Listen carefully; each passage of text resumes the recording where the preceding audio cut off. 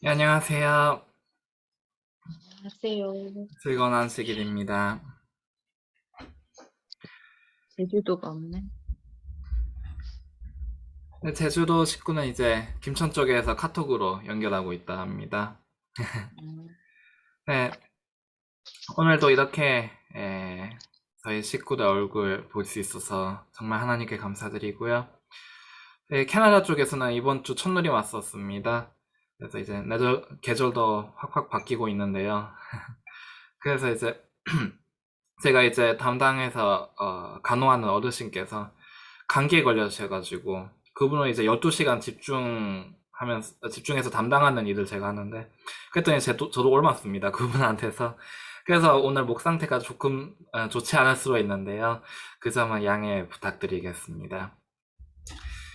네, 오늘 이 시간에는 지난주에 이어서 이 세천사의 기별의 말씀을 배워볼 텐데요. 이 세천사의 기별, 왜 하나님께서 이 세천사의 기별을 우리에게 보내셨을까요? 이 세천사의 기별의 역할이라는 것은 하나님의 왕국을 이제 온 우주 앞에서 확립시키는 그러한 역할이 있습니다. 온 우주 앞에서 이제 하나님의 왕국이 진정한 왕국이다라는 것을 나타내는 그러한 것이 바로 이 세천사의 기별인데요. 그렇게 이 세천사의 기별은 이 오랫동안 6천년에 걸쳐서 끈질기게 이어온 이 대쟁투를 끝내기 위한 마지막 기별이기도 합니다. 네, 그래서 이 하나님의 왕국 특징을 먼저 살펴볼 필요가 있는데요. 각 시대의 소망에 있는 말씀 보시겠습니다. 시대의 소망. 시대의 소망 19페이지, 죄송합니다. 20페이지, 구세기 역사 590페이지에 있는 말씀입니다. 시대의 소망 20페이지, 각 시대 구세기 역사 590페이지입니다. 여기 오른쪽 중반에 보시면 태초에 하나님께서는 이라고 있습니다. 태초에 하나님께서는 모든 창조 사업 가운데 여기서부터 두 단락 찾으신 분 읽어주실 수 있으시겠습니까?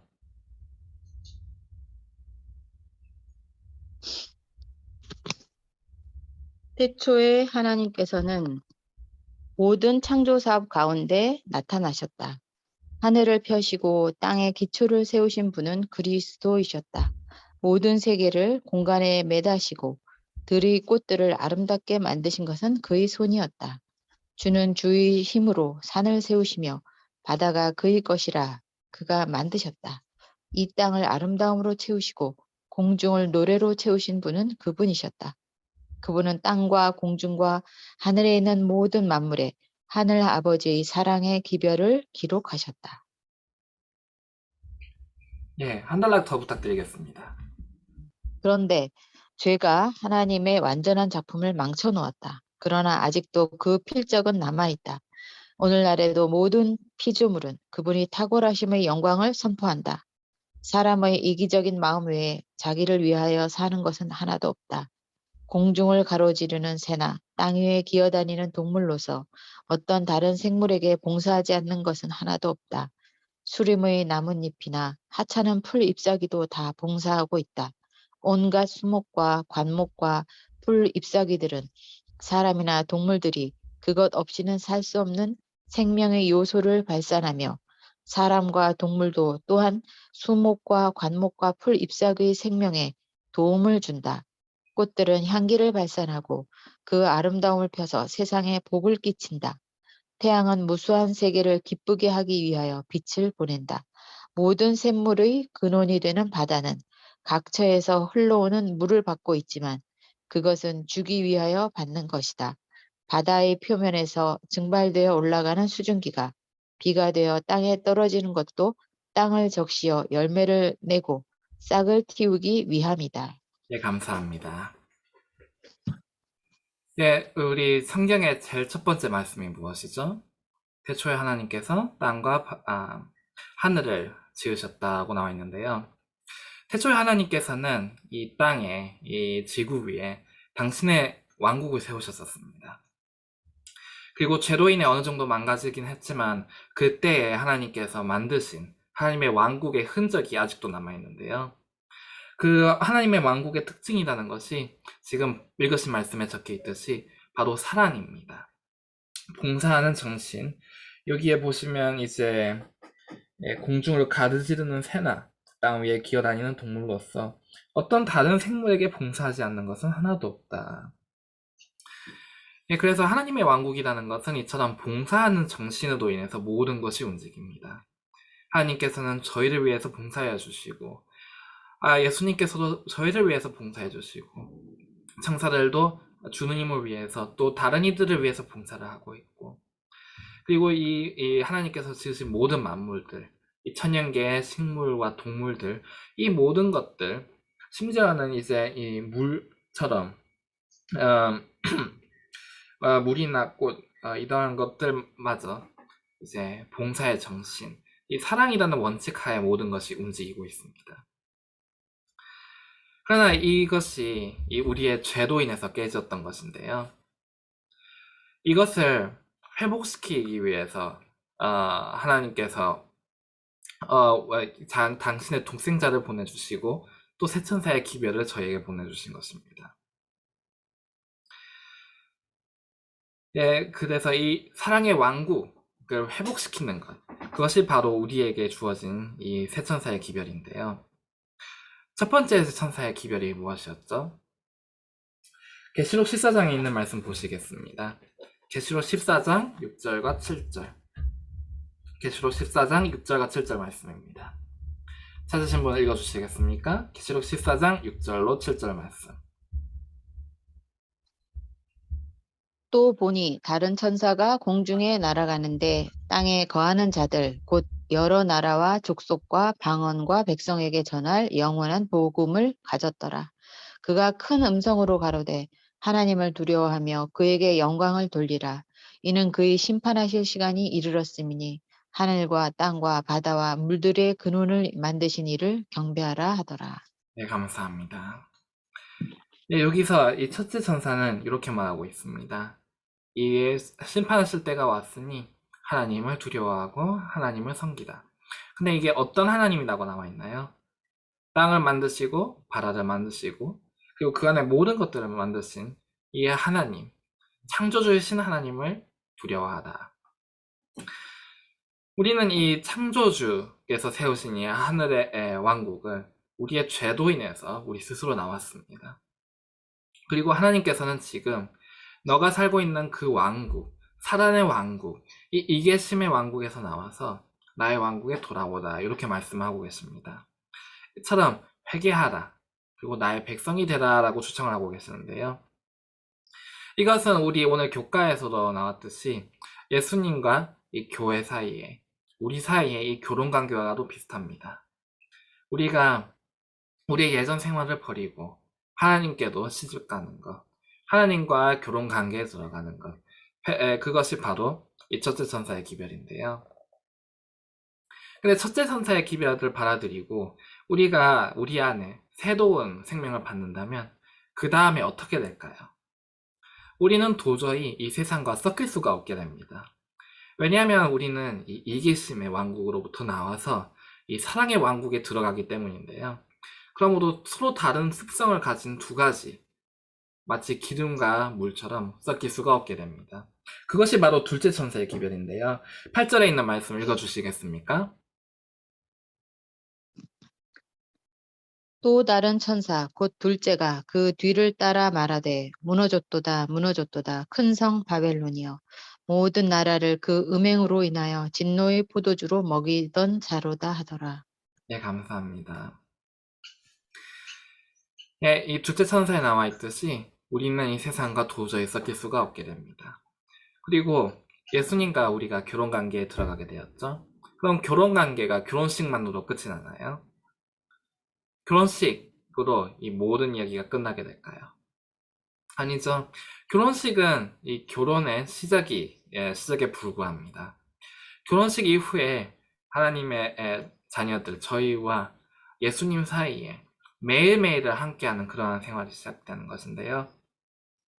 그렇게 예수님과의 결혼 관계에 들어가고 예수님과 매일매일을 함께 보내면서 더욱더 예수님에 대해서 알고 더욱더 하나님의 사랑에 대해서 알고 더욱더 우리 안에 하나님의 사랑이 심어지게 됩니다.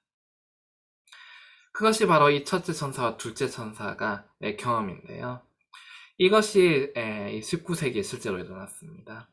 윌리엄 밀러에 의해서 이 재림기별이 전파되게 되고 세상을 사랑했던 많은 자들이 그 사랑을 버리고 하나님에 대한 사랑으로 돌아왔었습니다. 그리고 하나님의 사랑으로 돌아온 이들은 도저히 이 세상을 사랑하고 있는 자들과 도저히 섞이지 못하고 결국 분리가 일어나게 됐는데요. 이런 경험을 한 가운데 1844년 10월 22일 그들이 예견했던 이 날짜가 다가오게 되었습니다. 그런데 그때 예수님께서 오셨었나요? 예수님께서 그날 오시지 않으셨었습니다. 그로 인해서 이 사람들은, 이 재림교인들은 아주 쓰고 쓴 그러한 경험을 하게 되는데요. 이 경험을 대실망이라고 합니다. 이 대실망 가운데에서 정말 많은 대다수의 사람들이 이 재림기별을 떠나게 됐고요. 남은 사람들은 아주 큰 고민 가운데 빠지게 됩니다. 왜 이것이 그처럼 큰 충격이었을까요?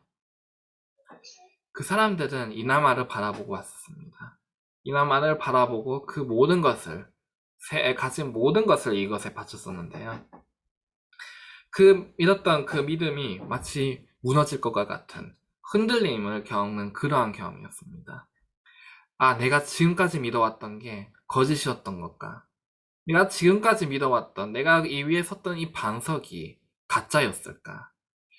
그들의 이 모든 생각 자체를, 그들의 인생 자체를, 그들이 걸었던 모든 것 자체를 송두리째 흔드는 그러한 시련이 그들에게 다가온 것입니다. 그리고 이것이 바로 우리가 마지막에 겪게 될 시험이기도 한데요. 이것은 욥의 시험과도 같은 경험입니다. 욥기 있는 말씀 보시겠습니다. 욥기 1장에 있는 말씀인데요.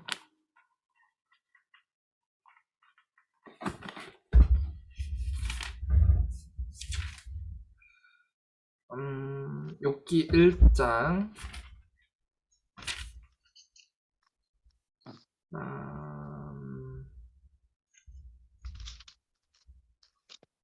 8절로부터 11절에 있는 말씀 읽어주시겠습니까? 욥기 1장 8절로 11절.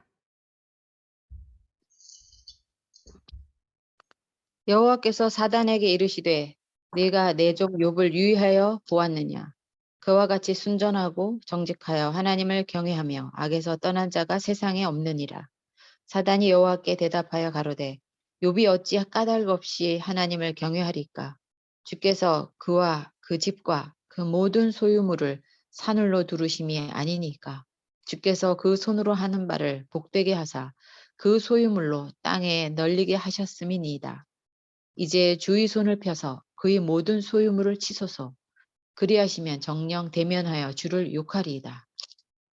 네, 감사합니다. 욥이 겪었던 이 시험, 어떤 시험이었는가요?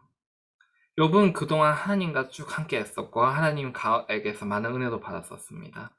근데 그 모든 것이 하나 둘씩 없어지면서 마치 하나님께로부터 버림받은 것과 같은 그러한 시련에 놓이게 됐는데요. 사단은 계속 욥에게 속삭였습니다. 하나님께서 너를 버리셨다. 그러니 너도 하나님을 버리다.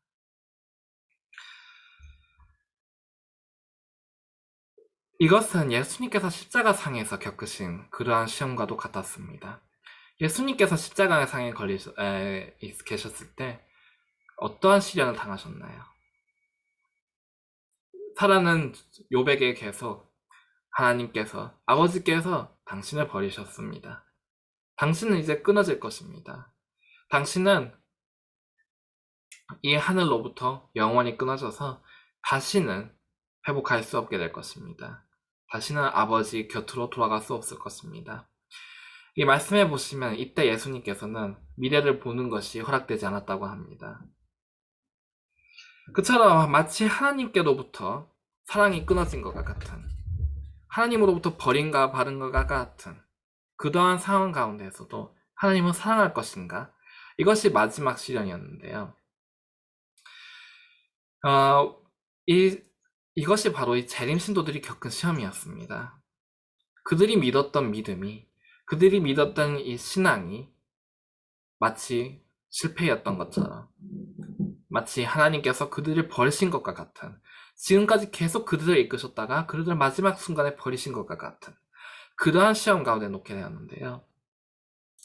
왜 이러한 시험이 우리에게 요구되는 것일까요? 왜 이러한 시험이 필요한 것일까요? 그것은 바로 방금 읽으신 욥기 가운데 나와 있습니다. 사단이 욥에 대해서 뭐라고 하고 있나요? 하나님께서 욥이 참으로 나의 참된 종이지 않느냐 이렇게 하셨을 때 사단이 당신께서 이렇게 잘해주시는데 누군들 당신께 충성하지 않겠습니까? 당신의 사랑을 한번 끊어보십시오. 그러면 바로 당신 곁을 떠날 것입니다. 이렇게 말을 합니다. 그래서 하나님께서는 욥을 두둔하시기 위해서 욥이 참으로 당신의 종이라는 것을 온 우주 만민들 앞에서 나타내시기 위해서 사단에게 이 시험을 허락을 하셨습니다. 그리고 욥은 그 시험의 결과 욥은 어떻게 됐나요? 욥은 마지막까지 하나님께 대한 사랑을 지켰습니다. 예수 그리스도께서는 어떠하셨는가요?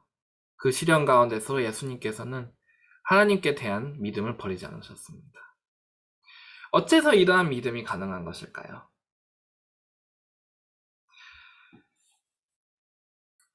이러한 시험의 순간 예수님께서는 당신의 과거를 보셨습니다. 예수님께서는 당신의 인생 동안에 하나님께서 당신을 얼마나 사랑하셨는지 그 추억들을 되짚어 보았습니다. 예수님께서 침례를 받으셨을 때 이 자는 나의 아들이니라. 하늘에서 들렸던 그 음성을 기억하셨습니다. 예수님께서 그리스인들이 예수님을 방문하였을 때, 헬라인들이 예수님을 방문하였을 때 하늘이 열리면서 이 자는 나가 기뻐하는 자니다. 이 변화산에서 예수님께서 모습을 변하셨을 때 이는 내가 사랑하는 자입니다. 그와 더불어 예수님께서 매일의 생활 가운데에서 하셨던 기도들, 그리고 그에 응답하셨던 하나님의 대답들, 매일매일에 있어서의 하나님과의 추억들을 모두 되돌아보았습니다. 그러한 모든 것을 되돌아보았을 때 예수님께서는 지금 이 순간에 하나님께서 나를 버리신 것처럼 보일지라도 하나님께서는 여전히 나를 사랑하신다는 그 믿음을 버리지 않을 수가 있었던 것입니다. 욥도 그와 같았습니다. 마치 하나님께서 나를 버리신 것과 같은 그 순간에 그는 자신의 과거 속에서 하나님께서 주신 은혜들을 되짚어보고 하나님께서는 나를 여전히 사랑하신다는 그 믿음을 마지막까지 지켰습니다.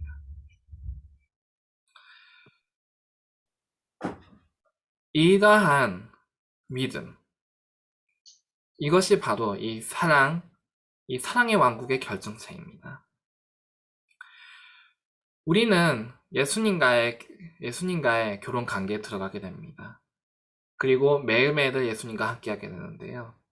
매일매일 함께할 때에 우리는 예수님에 대해서 더 알게 됩니다. 예수님께서 우리를 얼마나 사랑해 주시는지, 우리를 위해서 어떻게 일해주고 계시는지, 그다음 모든 것을 매일매일 매순간 배우게 되는 것인데요. 하나님께서 마치 우리를 버리신 것처럼 볼 때에 그것이 필요한 것, 이때의 경험이 바로 필요한 것입니다. 이 첫째 천사와 둘째 천사가 셋째 천사에 앞서서 온 것이 바로 이러한 이유인데요.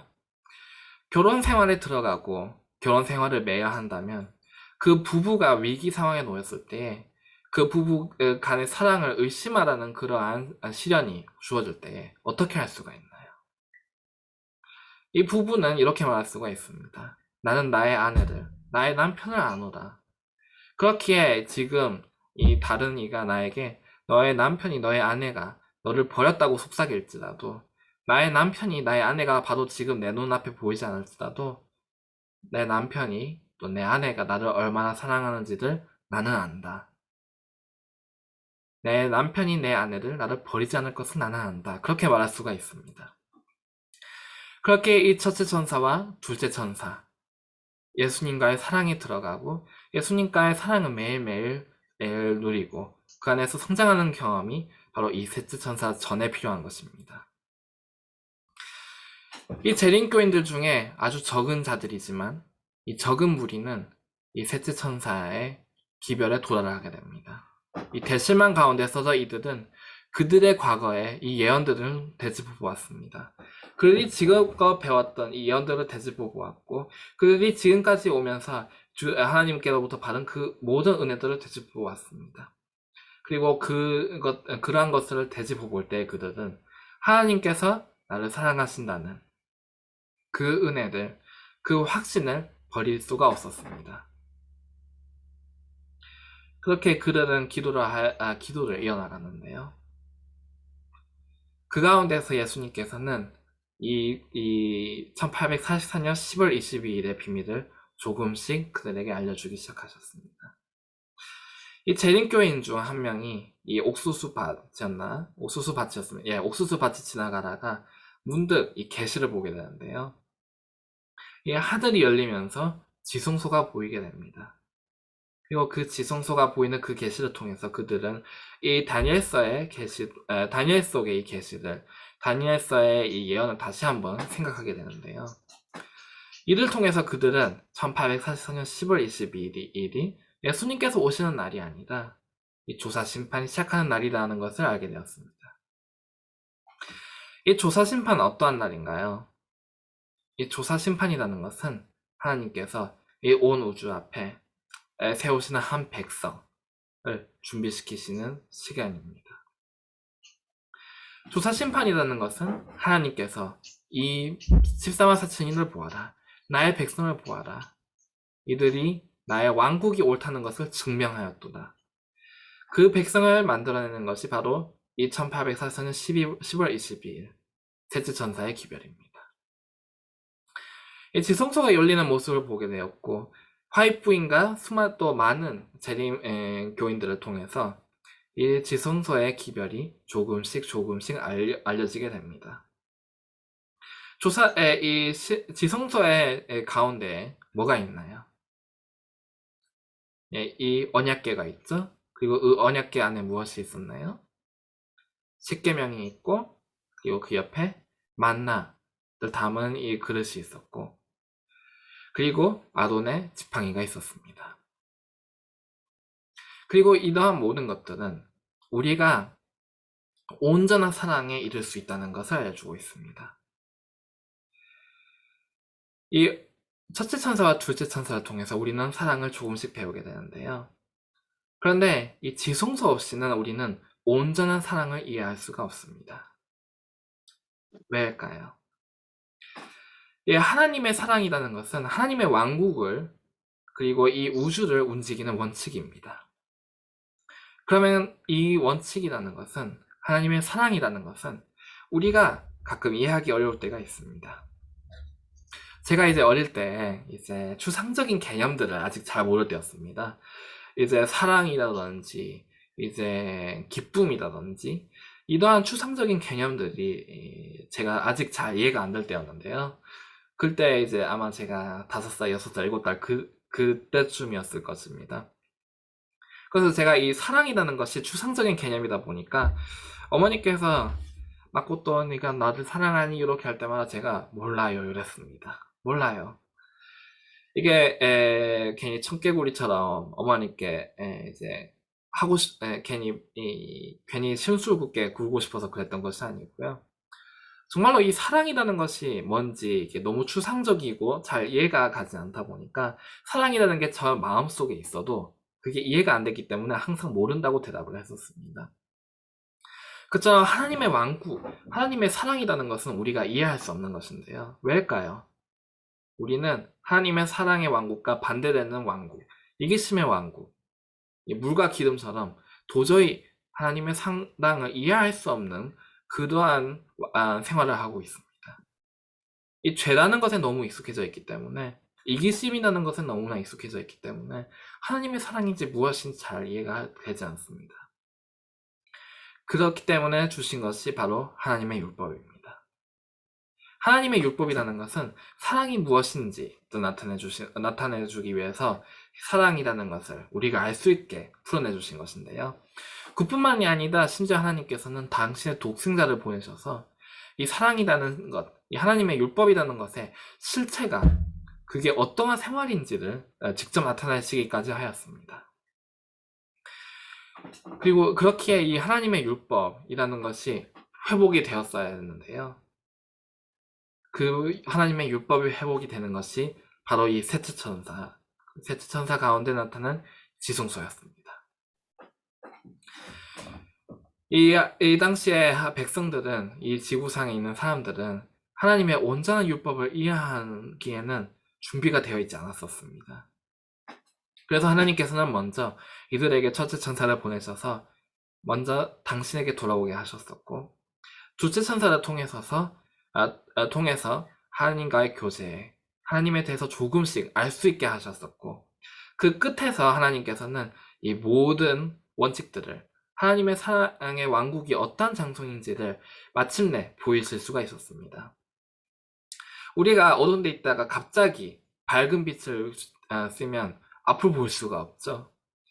이게 너무 차이가 크다 보면 저희 이제 시신경을 파괴해서 저희가 시력을 잃을 수도 있습니다.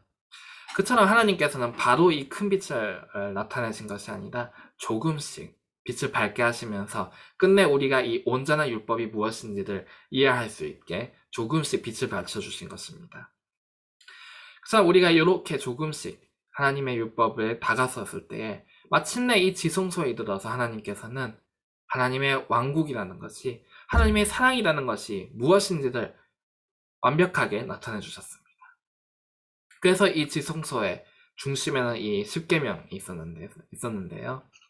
그 십계명 중에서도 사단이 파괴했었던 넷째 율법, 즉 안식일의 율법이 우리의 제 마지막 현대 진리의 중심이기도 합니다.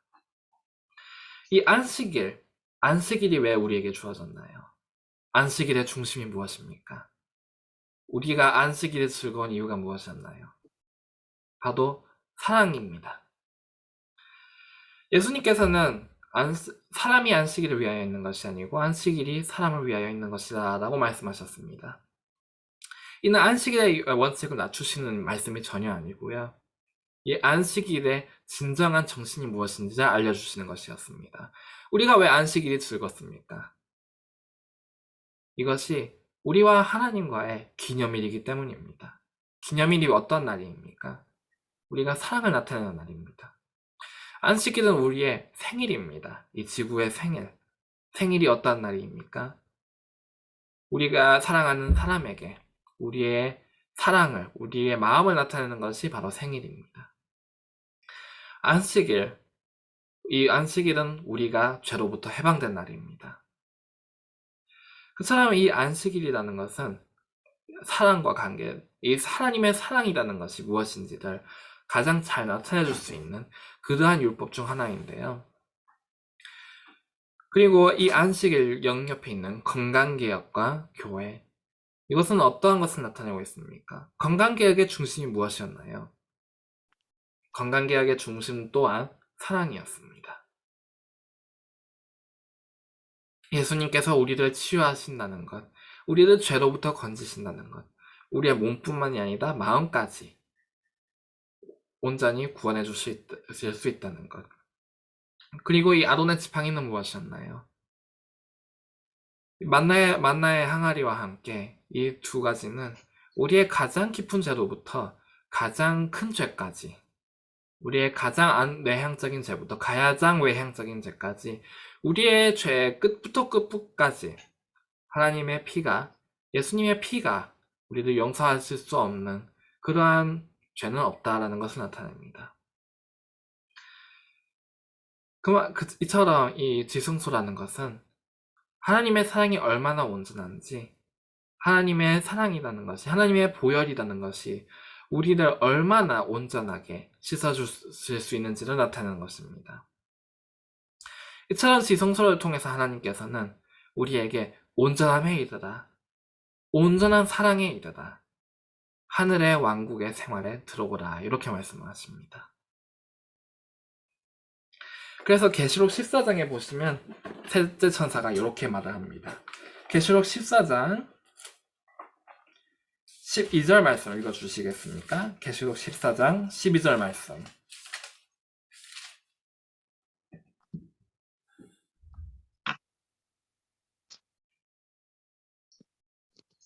성도들의 인내가 여기 있나니 저희는 하나님의 계명과 예수 믿음을 지키는 자니라. 예, 감사합니다. 예, 여기에 나와 있듯이 하나님의 계명과 예수 믿음을 믿는다. 예수 믿음을 가진 자. 타라는 늘 이렇게 말하였습니다. 하나님의 율법은 지킬 수가 없다. 그리고 그러므로 나의 백성이 되어다. 나의 왕국에 들어오다. 이렇게 해서 사라는 하나님의 율법을 지킬 수 없다고 하면서 하나님의 율법은 어렵다라고 하면서 자신의 왕국의 백성으로 우리를 계속 사로잡으려고 했었습니다. 그러나 여기에 하나님께서는 하나님의 율법을 나타내 주십니다. 그리고 우리가 이 하나님의 율법에 달아들 수 있게 하기 위해서 예수의 믿음을 우리에게 주셨습니다. 우리는 하나님의 율법을 지킬 수 없습니다. 그러나 하나님께서는 우리가 그것을 지킬 수 있는 길을 마련해 주셨는데요. 첫째 천사를 통해서 우리는 하나님과의 사랑 가운데 들어가게 되고, 둘째 천사를 통해서 하나님과의 사랑을 나누게 되고, 셋째 천사를 통해서 이 온전한 사랑, 이 굳건한 사랑 위에 서게 하셨는데요. 이처럼 첫째 천사, 둘째 천사, 셋째 천사를 따름으로써 성소의 뜰에서 첫째 칸으로 그리고 둘째 칸으로 들어가게 되면서 하나님께서는 우리가 온전한 사랑, 곧 온전한 하나님의 율법에 달아들 수 있게 하셨습니다. 그리고 그를 위해서 필요한 것, 바로 예수님의 보혈, 예수님의 믿음을 우리에게 주신 것입니다. 예수님께서는 이 지상에 계실 때 죄를 한 번도 짓지 않으셨습니다. 그리고 이 지상에 계시면서 하나님의 사랑의 왕국의 생활을 몸소 보이셨는데요. 이는 하나님의 아들로서 하신 것이 아니다. 이 인간의 아들로서, 이 인자로서 하신 것이었습니다. 예수님께서 어째서 그것이 가능하셨을까요? 그것은 바로 그분은 하나님을 줄 알고 믿으셨었고, 하나님의 능력에 계속 의지하셨기 때문입니다. 우리도 예수님을 통해서 하나님을 계속 의지할 때에, 하나님과 교제를 계속 나눌 때에, 하나님의 사랑을 더욱더 알 때에 예수님과 같이 온전한 하늘의 왕국의 생활을 이 땅에서도 누릴 수가 있습니다. 그래서 예수님께서 당신께서 직접 걸으신 그 길을 우리에게 주셨고, 그것이 바로 예수의 믿음인 것입니다. 우리가 이처럼 하나님의 온전한 사랑에 이루게 될 때 사단은 이렇게 공격을 할 것입니다. 저 사람들이 예수님께서 이렇게 말씀하실 것입니다. 이 자들은 하늘의 왕국의 생활을 하고 있다. 하늘의 왕국의 원칙인 사랑을 실현하고 있다. 이들은 나의 증거이다. 이렇게 얘기할 때 사단은 이렇게 말할 것입니다. 하나님, 당신께서 이들에게 이처럼 은혜를 베푸실 때에 누군들 당신께 충성하지 않겠습니까? 당신의 사랑을 한번 거두어 보십시오. 이들은 당신을 봐도 버릴 것입니다. 그래서 하나님께서는 우리가 하늘의 왕국의 생활을 누리고 있는 것이 당신의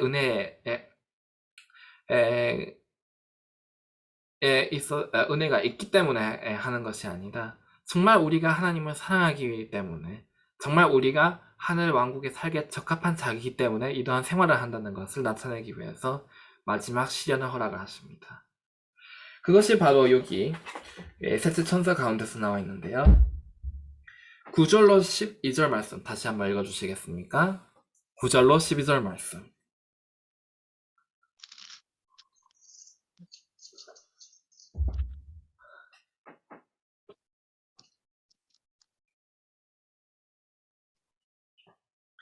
또 다른 천사 계시록 14장 9절요? 예, 9절로 12절입니다. 네. 또 다른 천사 곧 셋째가 그 뒤를 따라 큰 음성으로 가로되 만일 누구든지 짐승과 그의 우상에게 경배하고 이마에나 손에 표를 받으면 그도 하나님의 진노의 포도주를 마시리니 그 진노의 잔에 섞인 것이 없이 부은 포도주라. 거룩한 천사들 앞과 어린 양 앞에서 불과 유황으로 고난을 받으리니 그 고난의 연기가 세세토록 올라가리로다. 짐승과 그의 우상에게 경배하고 그 이름의 표를 받는 자는 누구든지 밤낮 쉼을 얻지 못하리라 하더라. 네, 감사합니다. 네, 여기에 우리가 앞서 배웠었던 이제 계시록 13장에서였죠? 배웠었던 이 인류의 협령에 나와 있는데요.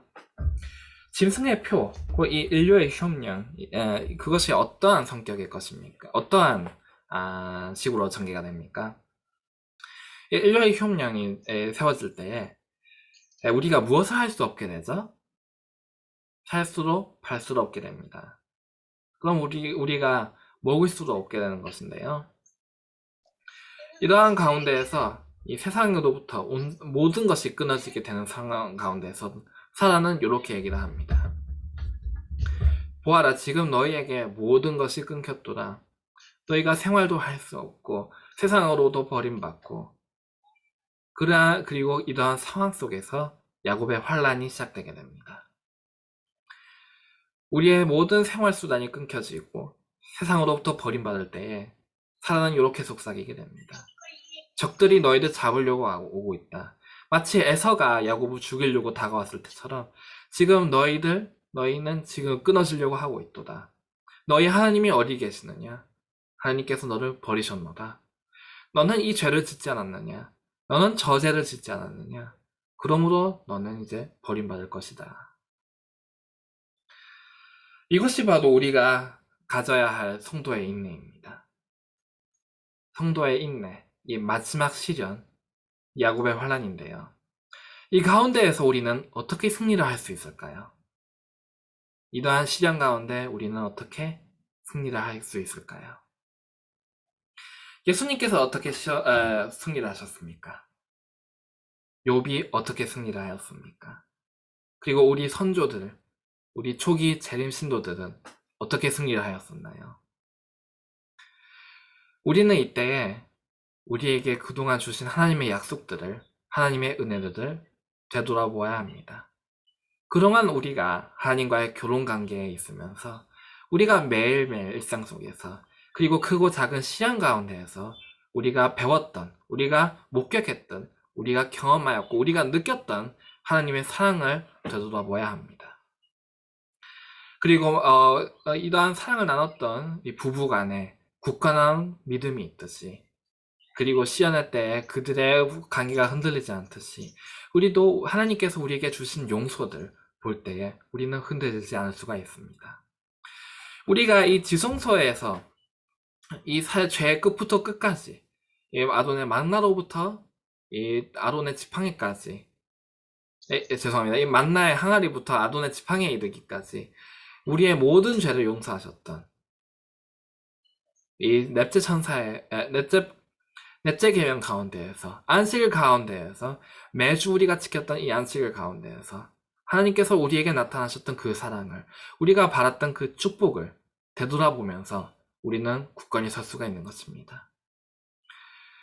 이 안식일이 이 재림 기별 중심에 있는 이유 중 하나입니다. 우리가 매주 안식일을 지킬 때에 매주 하나님의 복을 받을 때에 우리는 하나님의 사랑을 배우게 됩니다. 그리고 마지막 시련 때 우리는 이 안식일을 다시 한번 생각하면서 하나님께서 그동안 주셨던 복들, 하나님께서 그동안 주셨던 은혜들, 하나님께서 그동안 주셨던 사랑을 되돌아보게 되는 것입니다. 그리고 그것이 있을 때에 저희는 이 마지막 시련을 승리하게 되는 것입니다. 예수님께서 십자가에서 상에서 가지셨던 그 믿음, 아버지께서 나를 버리지 않으시리라. 마치 아버지께서 나를 버리신 것처럼 보일지라도 마치 아버지의 임재를 내가 지금 느끼지 못할지라도 아버지께서 나를 사랑하신다는 것을 나는 안다. 그 확신을 가질 때에 우리는 이 마지막 시련을 통과하게 되는 것입니다. 그래서 우리는 이 첫째 천사, 둘째 천사, 셋째 천사의 기별을 모두 경험할 필요가 있습니다. 만약에 우리가 첫째 천사의 기별을 경험하지 않는다면 어떻게 되겠습니까? 하나님, 예수님과의 결혼 관계에 들어가지 않으면서 세상에 대한 사랑을 가지고 있으면서 예수님과의 결혼 생활을 할 수가 있을까요? 결혼식 없이, 결혼 서약 없이 결혼이라는 것이 가능합니까? 부부의 맹세를 짓지 않았는데 부부가 될 수 있을까요? 우리는 먼저 세상에 대한 사랑을 버려야 합니다.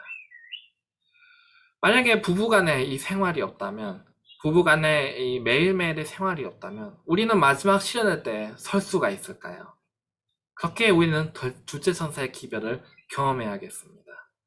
세상과의 관계를 버리고 하나님 예수님과의 매일매일을 보내면서 예수님을 더 알고 예수님의 사랑을 더 배우는 필요가 있습니다. 그렇지 않다면 우리는 마지막 시간에 쓰러질 것입니다. 우리는 셋째 천사의 기별을 경험할 필요가 있겠습니다.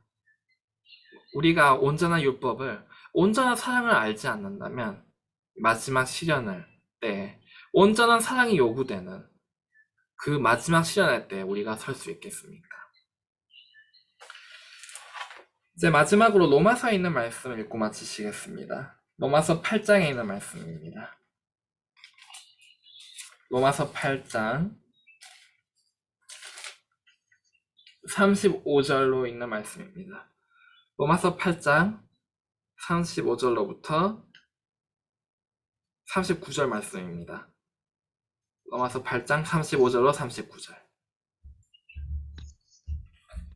누가 우리를 그리스도의 사랑에서 끊으리요? 환난이나 공고나 핍박이나 기근이나 적신이나 위험이나 칼이랴. 기록된 바 우리가 종일 주를 위하여 죽임을 당케 되며 도살할 양같이 여김을 받았나이다 함과 같으니라. 그러나 이 모든 일에 우리를 사랑하시는 이로 말미암아 우리가 넉넉히 이기느니라. 내가 확신하노니 사망이나 생명이나 천사들이나 권세자들이나 현재일이나 장래일이나 능력이나 높음이나 깊음이나 다른 아무 피조물이라도 우리를 우리 주 그리스도 예수 안에 있는 하나님의 사랑에서 끊을 수 없으리라. 예, 감사합니다. 한 가지 우리가 기억해야 될 것은 이 사랑이라는 것은 우리에게부터 나오는 것이 아닙니다. 이 그리스도의 사랑으로부터 우리들 누가 떼어내겠느냐라고 나와 있죠. 그리스도의 사랑으로부터입니다. 그리스도에 대한 사랑이 아니다. 그리스도의 사랑으로부터. 이 예수님께 저는 당신을 사랑합니다 라고 아주 당당하게 얘기했던 한 사람이 있었습니다. 바로 베드로였는데요. 예수님께서 당신께서 버림받으실 것을 예언하셨을 때 베드로는 다른 이들이 당신을 버릴지라도 저는 당신을 버리지 않겠습니다 라고 얘기를 하였었습니다. 그런데 베드로는 어떻게 하였는가요? 예수님을 3번 부인했었습니다. 그래서 예수님, 그리고요, 베드로는 그 경험을 통해서 자신에게 이 믿음이라는 것, 그리고 이 사랑이라는 것은 존재할 수 없다는 것을 배우게 되었습니다.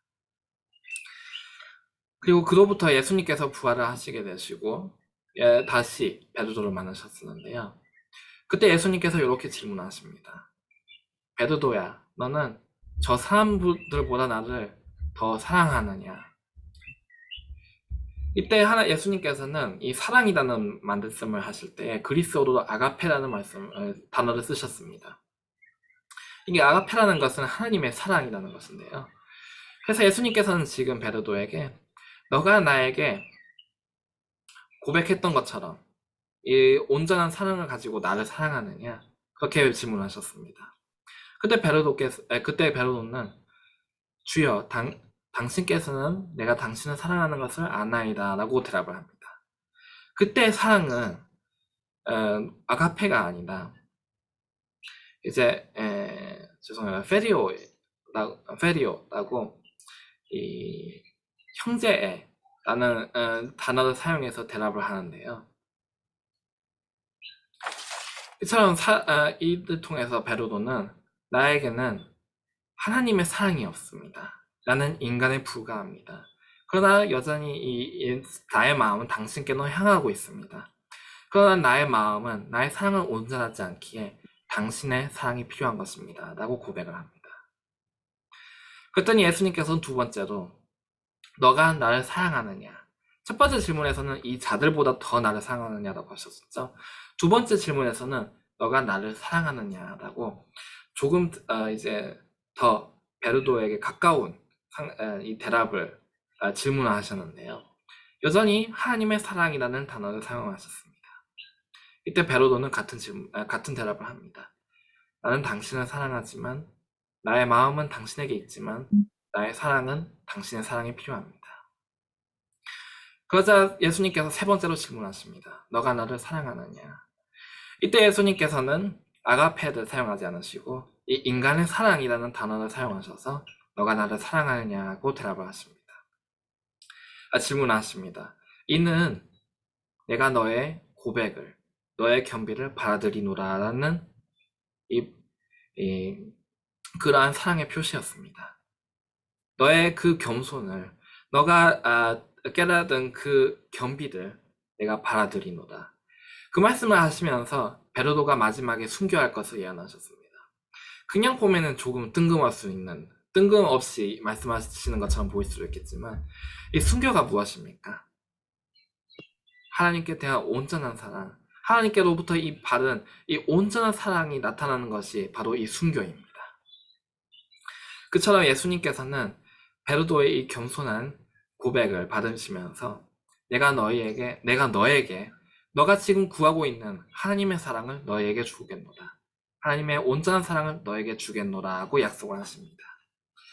그렇게 우리는 그리스도에 대한 사랑을 누가 끊으리요? 이렇게 대답을 할 수는 없습니다. 우리는 베르도처럼 당신은 우리가 버리지 않겠습니다. 이렇게 말할 수는 없겠습니다.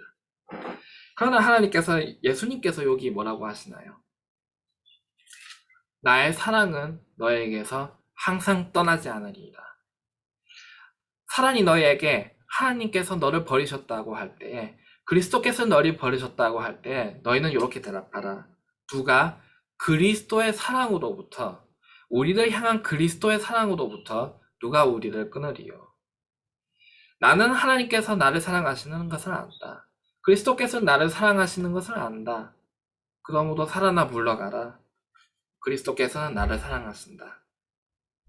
너가 나에게 그리스도께서 너를 버리셨다 할 때에 내가 마치 죽임당한 양처럼 지금 너의 앞에 놓여 있을 때에, 핍박 가운데 있을 때에, 이 성도의 인내 가운데 있을 때에 나는 그리스도께서 나를 사랑하시는 것을 안다. 환난 가운데에서도, 고난 가운데에서도, 박해 가운데에서도, 벌거벗은 가운데에서도, 검 앞에서도, 위험 가운데에서도 하나님께서 나를 사랑하시는 것을 안다. 그렇기 때문에 우리는 승리할 수 있는 것입니다. 여기 37절에 뭐라 나와 있나요? 우리를 사랑해 주신 그분에 의해서 우리는 승리하고도 남을 수가 있다라고 적혀 있습니다. 우리들을 향하신 그 사랑을 우리가 배워야겠습니다. 그 사랑을 배울 때에 우리는 그분의 사랑을 얻게 될 수가 있는 것입니다. 우리가 그분의 사랑에 대한 확신을 가질 때에 우리는 마지막 시련 가운데서 승리할 수가 있을 것입니다. 그러한 사랑을 배울 때에 그리스도께서 우리를 버리지 않으시고 항상 우리를 사랑해 주신다는 것을 알 때에 죽음 가운데서도 생명 가운데에서도 미래 가운데에서도 현재 가운데에서도 지배자 아래에서도 이 악의 천사 앞에서도 사랑 앞에서도 높은 곳에서도 깊은 곳에서도 그 어떠한 가운데에서도 하나님의 사랑을 우리로부터 끊을 자는 없을 것입니다. 어떠한 순간 가운데에서도 하나님의 사랑을 우리로부터 끊을 자는 없을 것입니다. 우리 이 하나님의 사랑을 매일매일 배우고 항상 느끼고 항상 그것을 우리 마음속에 간직해야 합니다. 우리 세상에 대한 애착이 남아있는가요? 세상에 대한, 자아에 대한, 자존심에 대한 그러한 애착이, 사랑이 조금이라도 남아있는가요? 우리 그 사랑을 버리고 예수님과의 사랑 가운데 들어가야겠습니다. 우리 매일매일 생활 가운데에서 예수님을 배워야겠습니다. 그리고 그 생활을 통해서 우리 예수님의 사랑에 대한 확신을 얻기를 바랍니다. 우리 예수님에 대한 이 사랑을, 예수님에 대한 이 사랑의 확신을 가져서 우리가 하나님의 율법과 예수의 믿음 가지고 성도의 인내를 가지고 이 마지막 시련 가운데서도 굳건히 서는 우리 진정한 재림교인들이 되기를 진심으로 기도드립니다. 아멘.